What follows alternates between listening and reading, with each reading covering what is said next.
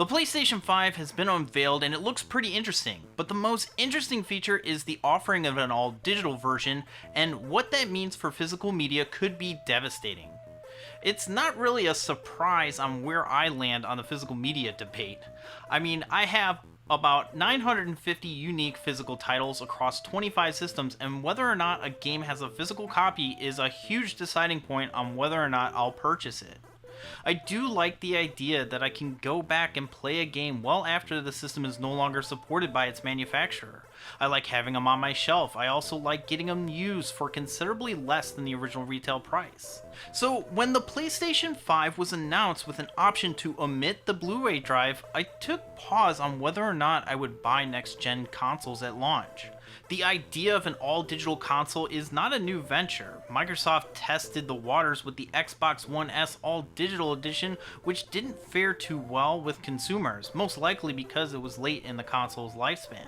Sony releasing a digital console at launch is pretty intriguing. With Sony emphasizing value over price, we could see a PlayStation 5 over $500 with the digital version being cheaper of the two. Depending on the storage size of the digital version, this could be a very good value proposition for people looking to jump into the next generation of consoles.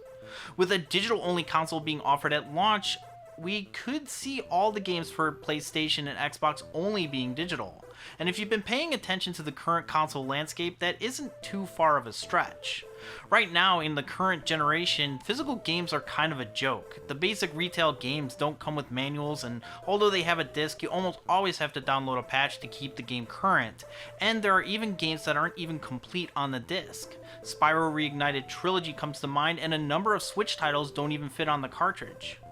At this point, the only thing that you have in your hand is a physical validation key that you use to download the rest of the game.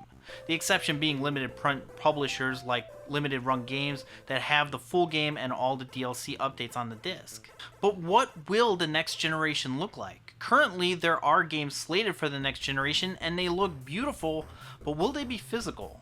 It is a very real possibility that we'll see the majority of next-gen games with a physical case but only a download code inside, like those mini Xbox One cases with digital codes. We haven't seen the official box design for Xbox or PS5, but this might be the future on how games are distributed in retail stores. Given the offering of an all-digital PlayStation 5 and most likely an all-digital Xbox Series, it stands to reason that Sony and Microsoft might play to the lowest common denominator and have those digital versions on the shelves and have the disc drive only be reserved to play older physical titles. Not to mention the biggest hardware feature, the NVMe SSD drive will require the majority of the game to be installed on the system anyway and not be read off the disc, which is how current gen consoles work. You put it in the disc, the system prompts you to install it. So even if the PlayStation 5 and Xbox Series X had physical copies, they would have minimal information on the disc itself, requiring a substantial download. The Last of Us 2 is spread across 2 Blu-rays. Imagine how big games will be in the future. Of course, when the conversation that physical media is slowly being eroded away is brought up, people argue that these companies can't justify leaving people with slow internet in rural areas and military bases in the dust.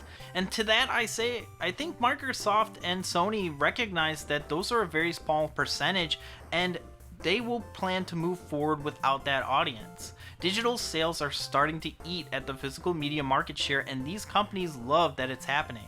The sooner they can cut out retailers, the better that they can sell directly to consumers and reap all the profit. As I mentioned before, Microsoft has already attempted an all-digital Xbox with the Xbox One S in October of 2019, and it almost immediately was discontinued.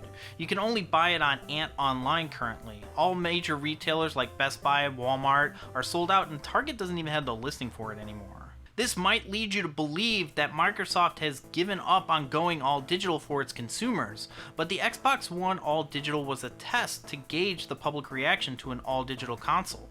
And sure, the Xbox Series X has a disc drive, but Microsoft has been laying the groundwork for an all-digital future for a while now, and there is a rumored Lockhart Xbox Series that will probably be all-digital and significantly cheaper than the Series X. And I wager that Microsoft showed off the Series X to get people interested in the platform and not waver because of what happened when the original launch of the Xbox One happened. On the software side, however, it's pretty clear that Microsoft wants an all-digital future to be easy to swallow, and that's why they've been pushing so hard on the Xbox Game Pass.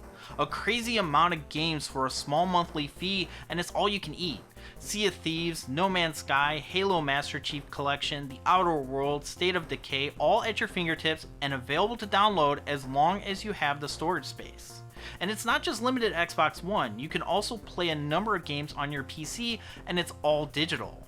Personally, if I didn't already have a PC and then plan to upgrade it, I might purchase the Xbox Series X over the PlayStation 5 at launch because of that Game Pass feature. But I'm not about ready to buy a box just so I can play games that I'll never own. I already own a PC and I'm comfortable with the lack of physical media in that landscape, so it makes sense that the service for Game Pass would benefit me on PC. The real holdouts for physical media have been those that haven't been convinced that when you buy a digital game you can keep it forever, and there still hasn't been solid assurance that a game on a digital marketplace will remain there forever. Scott Pilgrim, Silent Hill PT, DuckTales Remastered, although that's been restored, are big examples of popular games being pulled from digital shops either due to licensing or other factors. Even the Xbox Game Pass has games sunsetting at the end of the month, encouraging you to buy them before they're unplayable. Also, not to mention that multiplayer games have servers shut down, rendering them incomplete unless you want to get private servers. With that ever-looming threat that these games could be gone forever, even if you paid for them, physical games, even with extra content to download, will always be my preferred choice. And to a lesser extent, being able to sell your games after you're done with them. Of course, that's not something that a physical collector like myself really cares about. But even so, I believe Microsoft, Sony, and to a lesser extent Nintendo will continue to move forward with an all-digital future whether gamers like it or not. The PC is 99% there. If you go to a store, finding a physical PC game with a disc is pretty limited, and if you do happen to find a physical game, you'll need a CD drive, which is becoming rarer and rarer on modern pre-built computers. Apple has been leading the charge on removing these types of items. They stopped supporting the 3.5-inch floppy, eventually people followed suit. They removed their optical drives from their laptops, and now the headphone jack. And guess what? Brands are following along and consumers are still buying those products. When the PS5 and Xbox Series X come out, if I plan to buy one, I'll get one with an optical drive in it, no questions asked. But when they stop putting optical drives in their consoles, then that's when I'll probably stop buying and only go exclusively with Nintendo. Sony and Microsoft are already coming around to the idea of putting their games on PC, and it's only a matter of time before everyone can just choose the system that they want to play games on and be happy. But it will come at the cost of physical discs.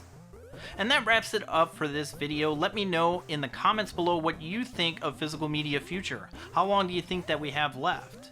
If you liked this video, please give it a like and share it with someone who might find it interesting. And if you're new here, check out the other content I have to offer, like Retronomics, which details trends in video game prices, and other video game collecting topics. If that's something that interests you, consider subscribing for future content. Thanks so much for watching. I'm Super Nintendo, and I'll see you next time.